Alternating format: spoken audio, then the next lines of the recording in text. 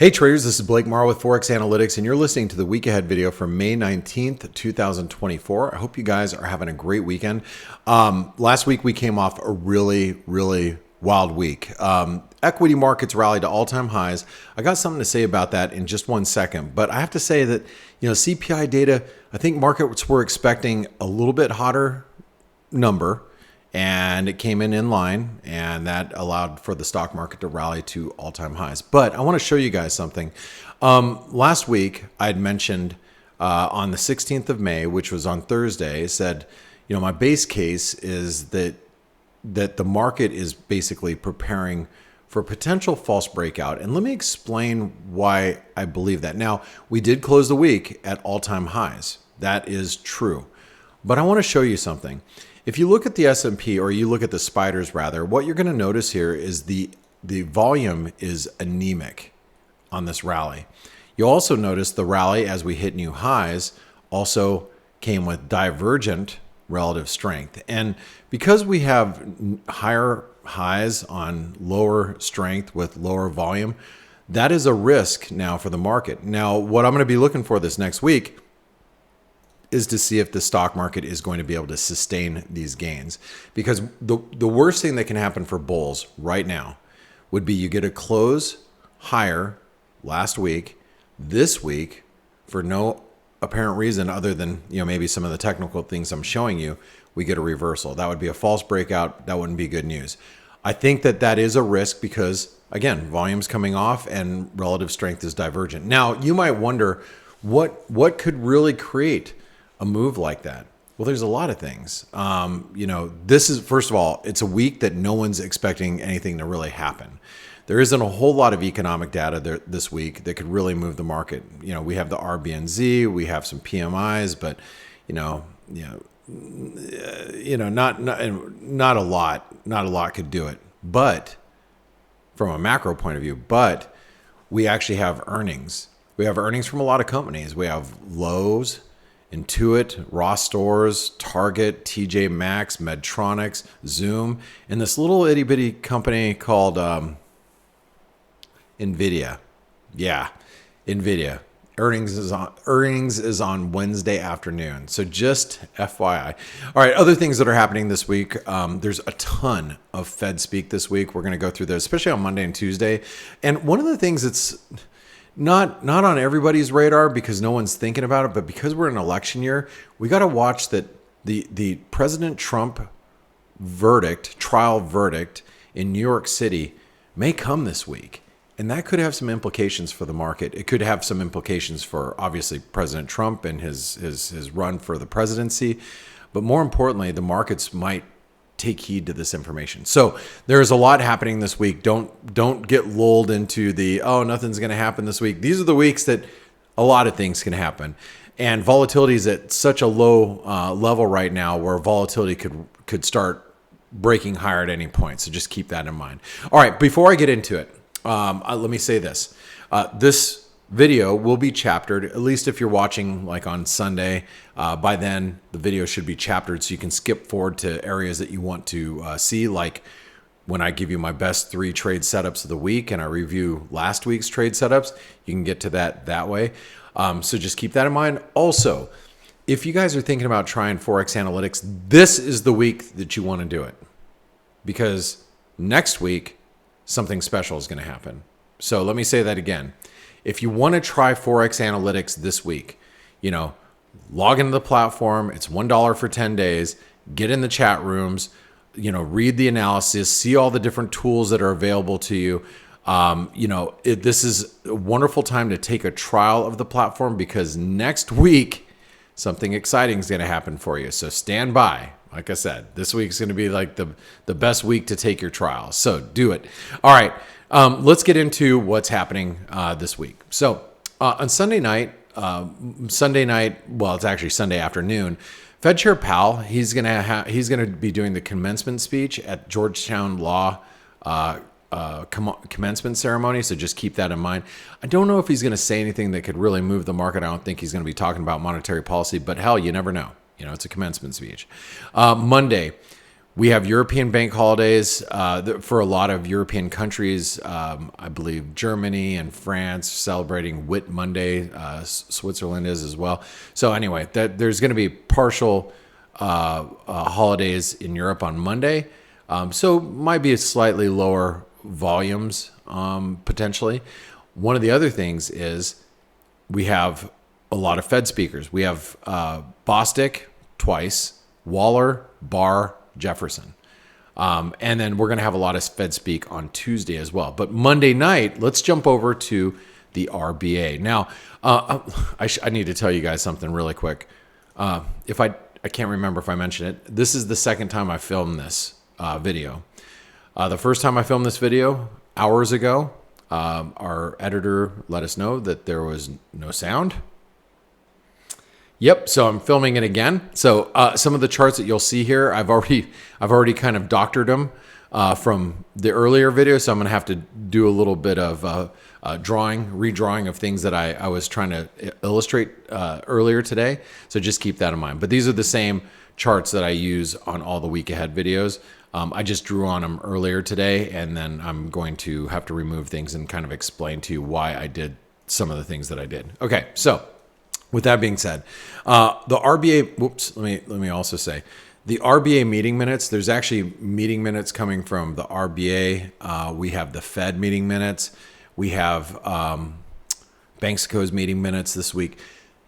Reason why those are so important is because right now everybody's trying to figure out what the central bank's next moves are going to be. I don't want to say that the meeting minutes are as important as the actual meeting themselves, but giving a look behind the curtain and kind of seeing what central banks are feeling right now, that is potentially could really move the market. So especially with, you take the Aussie and the RBA this week, you have the Aussie right up against really key resistance. Now, we talked about it last week about the Aussie reaching up here, and basically we are at an inflection point. What that basically means is, a break above 67.30 would be really bullish, right? Now, we could reject here and it could be very bearish.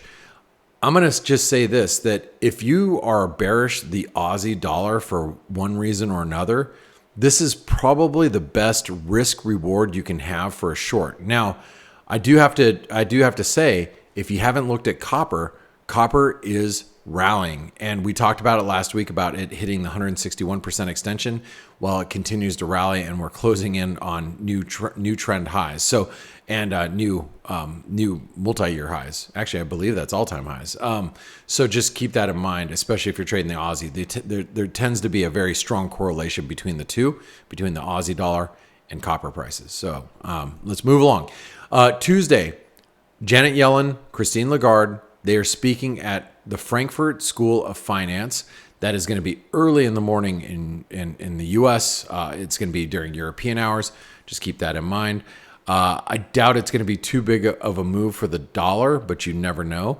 But later on that day or later on that morning, we have Canadian CPI, and I do want to talk about the dollar CAD. Now, I had to do a little bit of drawing here earlier. Like I said, I already filmed this video. This is the second time me filming this video. But what I'm going to show you really quick is we are really critical support. You can see it right here. Support, support, support, support, support. It's big. That means it's very pivotal. That means from here, there's a risk that we could break down towards 135 and change. You have the 200 DMA just below that. You start getting back above 136.50, we're going to be challenging this channel resistance. So that could very easily, either one of those situations happen following the Canadian CPI. Also on Tuesday, like I said, we have Fed Chair Barkin, Waller, William, Bostic speaks again. So that'll be 4 times in 2 days. Collins and Mester as well. Tuesday night, which will be actually Wednesday morning in New Zealand, we have the RBNZ. Now, I want to talk about this because this is one of our this is one of the setups from last week. If you don't remember, this was a setup looking for a bullish breakout in the Kiwi. I'll go back and reference this once again. But what you're going to also notice is the bull flag is almost complete now. All right, so the question is the Kiwi going to continue on towards this resistance, or are we going to sell off and get back towards the 200 DMA? The market is expecting a hold but a more hawkish hold in the RBNZ. So that means that the risk is that they are not hawkish and they're more dovish. If that is the case, the Kiwi could really give back some of these gains that we've seen. Remember, the 200 DMA is very, very tight support, very strong support, excuse me, as is the previous broken channel. So this area right through here is going to be very important support on dips. Okay, continuing on. So we have, like I said, the RBNZ Wednesday morning or Tuesday night if you live in the US. Wednesday, we have the South African inflation data. And don't forget, South Africa also has upcoming elections on May 29th. Now, I'm going to delete this because it has something to do with what I was talking about a little bit later on in the show. But like I said, I already filmed this once and I already drew over everything. But what you're going to notice is the US dollar South African rand is near a lot of support here. A lot of support. Okay.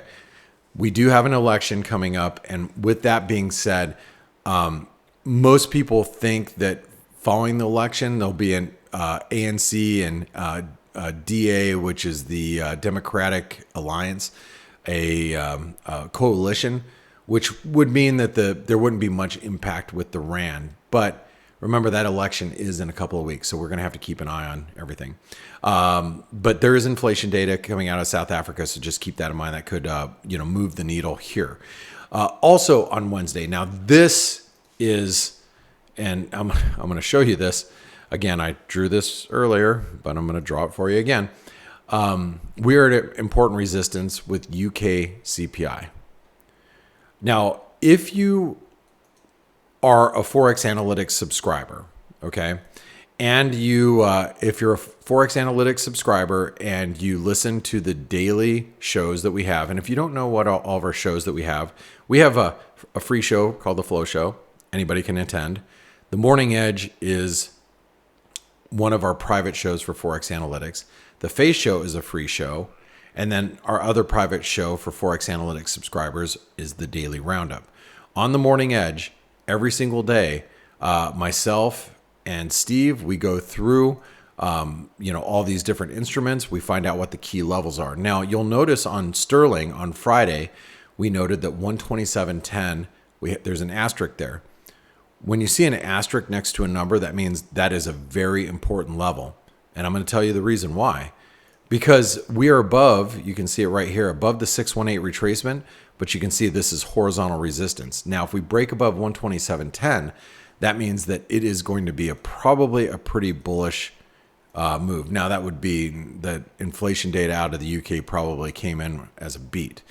The flip side is that the market is looking for inflation to fall in the UK, and if it falls more than expected, we could actually see a reversal back towards the 200 DMA or the 50 DMA.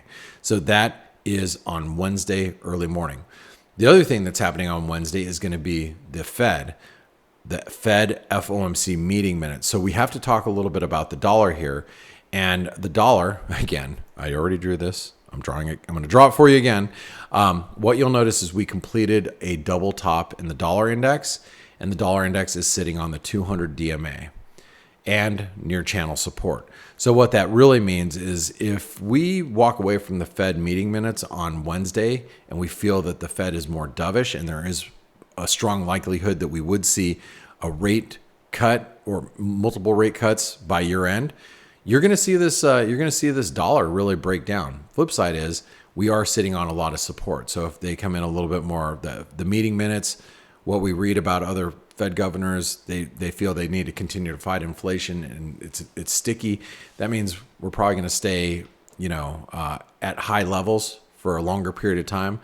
Yeah, the dollar is going to rally from here. So I think, again, very pivotal areas for a lot of these different currencies, especially with, this week when stocks are sitting on all-time highs. That's kind of key. All right, continuing on. Wednesday night or Thursday morning in New Zealand, we have New Zealand retail sales. RBNZ or is speaking as well. But also on Thursday morning, you're going to get Eurozone PMIs. Now, I want to talk a little bit about again, I drew this earlier. I filmed this before. I filmed it once already about 6 hours ago, and we didn't have sound. So now I'm going to delete everything and tell you what, and explain to you what I was thinking.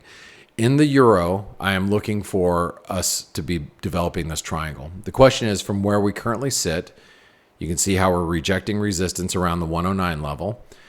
The question is going to be if we see the Eurozone PMI stabilize and U.S. PMIs or U.S. economic data continue to weaken, then you're probably going to see a euro rally, and we're going to get closer to 110, and see some resistance up here. All right. Flip side is maybe we still have U.S. exceptionalism where U.S. data continues to give us a positive surprise over European data. Both UK and Eurozone PMIs are going to be Thursday morning. Then the euro is probably going to slump back through the 200 DMA and maybe towards triangle support. So if you look at the euro, simply put, it's a very tough trade right where we sit based on the data that we have right now. But if we can make it towards 110, it's going to give you guys and gals that are more bearish the euro, bullish the dollar, a better opportunity to be on the short side up near 110.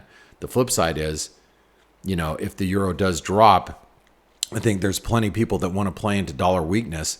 The better place to do it is going to be near 107 or 106.70. So just keep that in mind as we go through this week. One of the other things that's happening on Thursday is Mexican GDP. And I have to say, if you haven't seen where the dollar Mexican peso is, this is really critical support. You can see it's a dotted line, but it's the lows from back in July of last year. We're basically at that level at the 78% retracement. And with stocks at all-time highs, you would think the dollar Mexican peso would be a lot lower. Given the fact that it's not, if we end up getting a false breakout in the stock market this week, that means stocks start to come down, going into next week. This dollar Mexican peso could really, really bounce from these levels. The inverse correlation between stocks and the dollar Mexican peso is very, very strong. So just that's one thing that, as a trader, you should know that right now. That's a correlation that really we all should be paying attention to. Now on Friday we have Swiss National Bank Jordan speaking, and let me just show you something about the Swiss franc. I think the dollar Swiss has bounced off some really critical support here, right? That's number one. But more importantly, if you look at like currencies like the Euro Swiss, we have talked quite extensively about the Euro Swiss rallying and being one of the best trades of 2024. Well, here we are almost halfway through 2024, and the dollar or the Swiss franc is at the weakest level against the euro since 2023. But we are not too far away from parity. And if you remember this chart pattern, I don't know where it went, but I'm going to give it to you again. This is what we call a butterfly pattern. That butterfly pattern should reach towards above 99 cents. So once you get above 99 cents and closer to parity, it's 1 Swiss franc to $1, there's going to be a lot of selling up there. There's going to be a lot of resistance up there. So just keep that in mind. I will talk about the Swiss franc a little bit more in greater detail in a few minutes. Also, we have Canadian retail sales at the very end of the week, and then we have U.S. durable goods. All right. Now, a couple other assets that are really on the move right now. I can't not reference what's happening in gold. We have the bullish pennant that's developing. Remember we drew out this longer term potential channel. That means the top of the channel comes in right here. Let's move that down a little bit.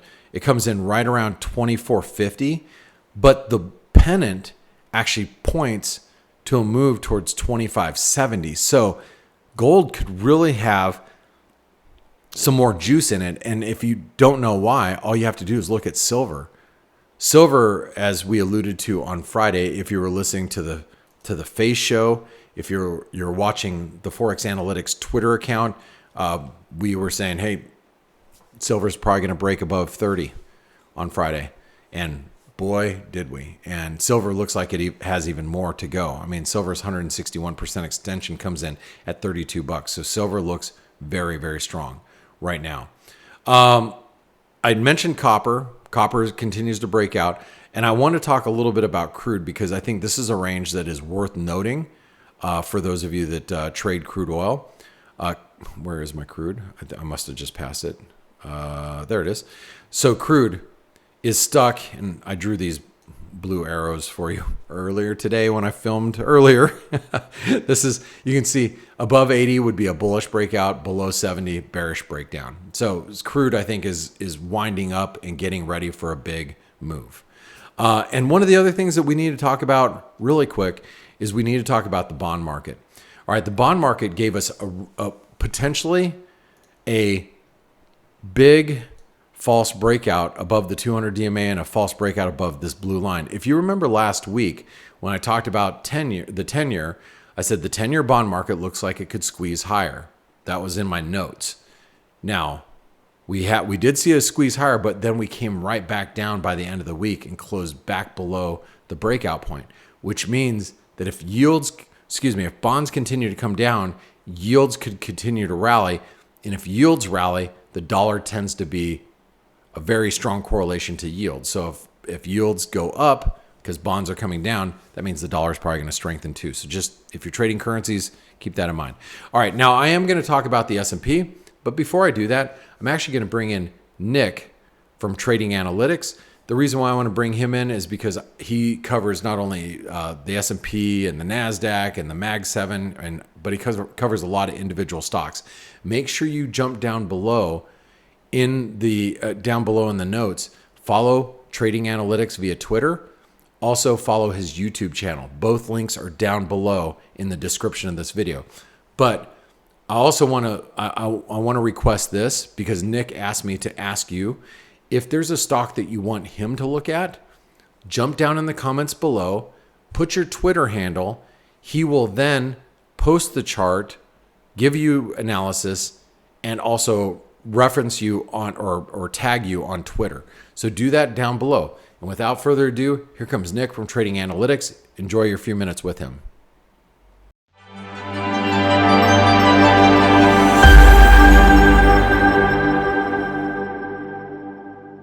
Hey there everybody, this is Nick Groves of Trading Analytix, and thanks Blake for having me. I'm just going to point out a couple things really quick in the equities. We're about in 2 hours from the close here on Friday, but let's take a look. So I have this ascending channel in the S&P, and it looks like it's trying to threaten a breakdown and a bit of a false breakout. Now that is also would be a false breakout of the all-time highs. This market has been relentless, and I'm not too quick to say false breakout's going to lead to something like a breakdown here. But what I would note is that if it wants to kind of pause, that the 38.2 retracement of this big move does come in somewhere near channel support. That's right at 51.75. So I would take note of that. If we're not going to do that and say we mush higher, I'm actually looking at around 53.50 or so in the S&P, the SPX, for us to potentially find some resistance. I also know that there's a good amount of call options there, so that's a level that I've been looking at. And above there, 54.61. This market could really stretch. We're at all-time highs, lots of momentum trading, so just have to be careful. The NASDAQ is also doing similar price action as the S&P. It's creating a false breakout of this channel at the moment. Now, is this, we have to figure out if the market's paying attention to this as much, because, we could be doing something like this where support's going to fall somewhere around 18,538. But just do keep note of that. And one thing that really drives this market right now is rates. And when I take a look at the 10-year, it did create a false breakdown of this ascending channel here. So, false breakdowns do lead to breakouts and vice versa. So are we going to see rates continue and push this market south? It's possible, but for now, the trend is higher. Let's take a look at big tech really quick. So when you look at stocks like NVDA, NVDA came really close up towards all-time highs again. It's stalled, but do note that support's coming in somewhere near 914. This also was a solid level of resistance this past week, so do note that. And also do keep an eye on Apple, because Apple's seen a nice pop higher. I thought it could stretch up to 192, but if it stalls here and actually breaks the 185 level, that would be quite bearish for the stock and the market overall, because this is the heavily weighted weighted stock in the indices. Would be creating a lower high again. So we really need to keep our eye out on Apple. And with that, I'm going to pass it on back to Blake. Guys, thanks so much for taking some time with me. If you want to find some more trading analytics, I post videos and charts, including the Gravestone Doji reversal we saw yesterday on the S&P. So hope you all have a great weekend, and thanks so much. All right. Well, thank you, Nick. Appreciate you going through the markets. And, myself, I wanted to give everybody just a view of the S&P. But don't forget, if there's an individual stock that you want to see and you want Nick to do analysis for you, jump down in the comments below, put in your Twitter handle. He'll put out the analysis for you. All right. The S&P, as I explained to you guys, the risk right now is relative strength is divergent, and we're going up on very low volume. So I would just be, the only thing that really matters to me right now is 5280. It's basically this green line here. And if you look at the very top right there, it's 5280. We break back below that, that's going to end up being a false breakout. Now, before I talk about, and I go into the review of the 3 setups from last week, I do want to talk about Bitcoin because, let me remove that. Okay. Forget you even saw it. It wasn't even there. I want to point out that Bitcoin is at the top of its bull flag pattern. Okay. So just remember that Bitcoin is coming back towards all-time highs, and it is right at the top of its flag pattern. All right. Now, this is the point that I'm going to go into the top 3 best setups, or I'm going to review the setups from last week, and then I'm going to give you my top 3 setups for next week. Did I say that correctly?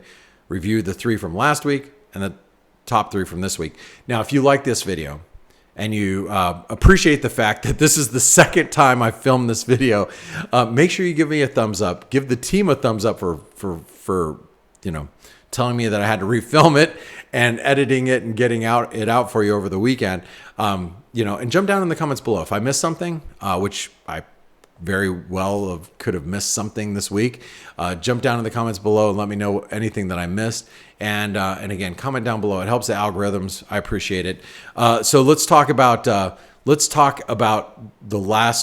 last week's setup. So the first one was buying the euro yen on any dip to 165.50. Well, unfortunately, we never dipped. Well, we did dip. But if you look at the price action of last week, basically this was us at the end of last week. You can see right here, we rallied, we dipped, we didn't get anywhere close to 165.50 where I wanted to be on the long side, and it just bounced back. Do I think this trade's still valid? This idea is still valid? Absolutely. Will it happen this week? Maybe.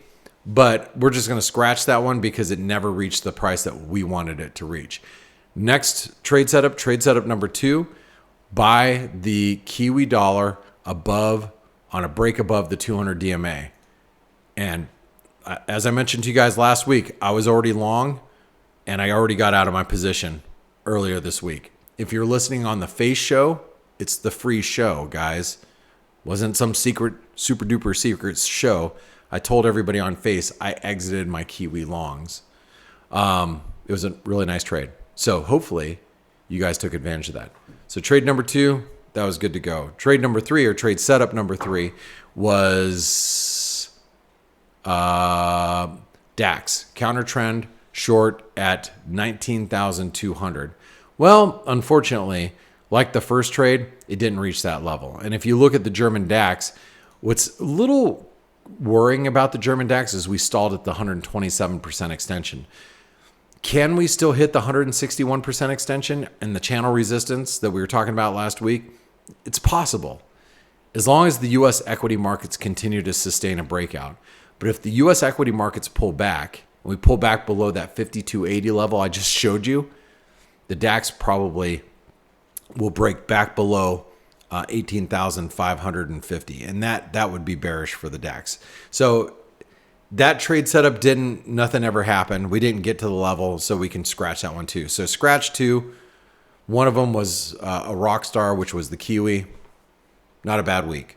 All right, let's go into this week what the best trade setups in my best 3 trade setups are for this week. So I already kind of gave it away. Bitcoin. Now, you might have wondered why I might short what it looks like a bull flag pattern. Well, the reason why is, don't forget, this is right now, as far as I'm concerned, a false breakout. So while you're below 68,000, which is basically right around here, 68,000, I am looking for a possible failure up here. Maybe we'll continue to build out this flag. Maybe we continue to do this and we drop back into the flag towards the 200 DMA, or maybe we just end up getting a longer term false breakout. But I think it sets up for a good short while you're below 68,000. So that's trade setup number 1. Trade setup number 2 is short the Swiss yen while below 172. Now I'm going to take you over to the Swiss yen. I might have done some drawing on it earlier. I did. Let me delete that. One of the things I want to let you all know is I'm already short the Swiss yen. I shorted the Swiss yen in the middle of the week, so I'm already short some. Not far from where we're currently at. But the reason why I'm short the Swiss yen is because the cost of carry when you're selling Swiss over yen, it's not that great. So you can stay in a position like this.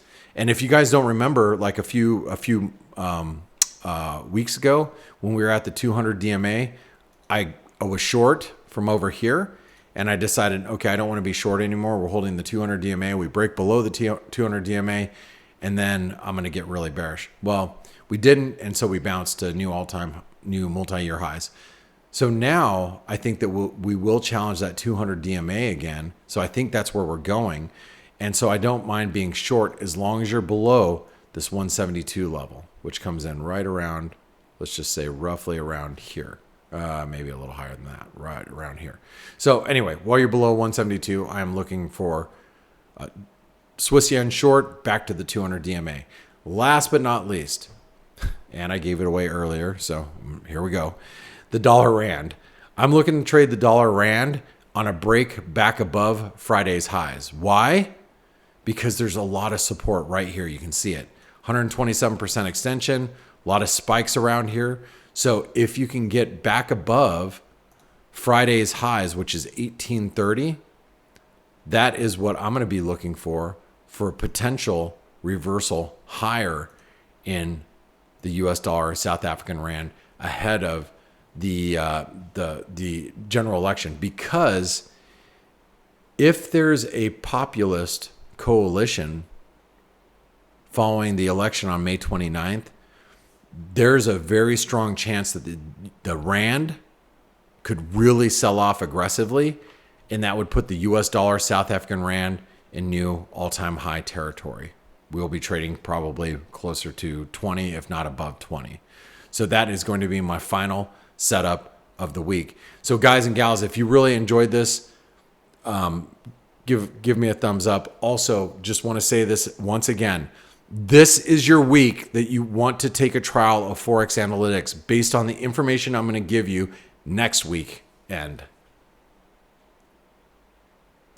So thank you for listening in. Happy birthday to my youngest son, Roman. I love you, buddy. Happy birthday. And I hope all of you have a wonderful remainder of the week. I'll see you Monday morning on the F.A.C.E show. Goodbye. Hey traders, this is Blake Morrow with Forex Analytics. Thanks for stopping by our YouTube channel. Don't forget to like these videos, share them, and subscribe to our channel so you don't miss any of the content that we provide here for free. Thanks for stopping by. I'll see you in the next video.